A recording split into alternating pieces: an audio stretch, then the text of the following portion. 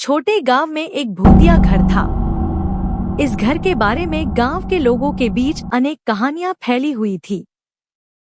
यहाँ वहाँ भूतिया साया दिखाई और भयानक आवाजें सुनाई देती थी, जिससे लोग भूतिया घर को भूतों का निवास स्थान मानते थे।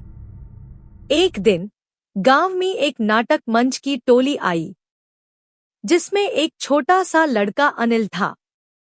अनिल ने दोस्तों से सुना था कि भूतिया घर में असली भूत है, लेकिन अनिल यही मानता था कि हर चीज की एक वास्तविकता होती है। एक दिन रात के समय अनिल ने अपने दोस्तों को बुलाया और दोस्तों के साथ भूतिया घर की ओर निकल पड़ा।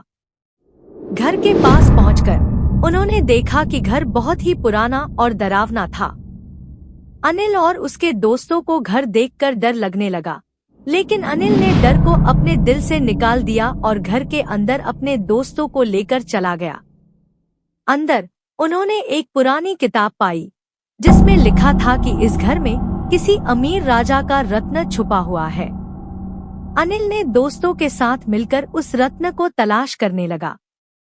वे घर के हर कोने को खोजने लगे, लेकिन कोई रत्न नहीं मिला। थककर वे एक कमरे में बैठ गए और सोचने लगे कि अब क्या करें।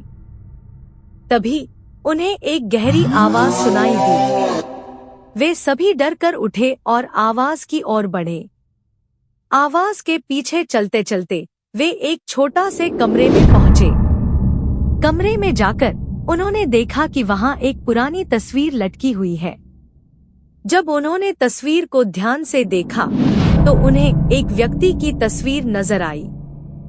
अनिल ने ध्यान से देखा और पहचाना कि यह तस्वीर उसके पिताजी की है। तब अनिल को याद आया कि उसके पिताजी ने इस घर में कुछ समय बिताया था।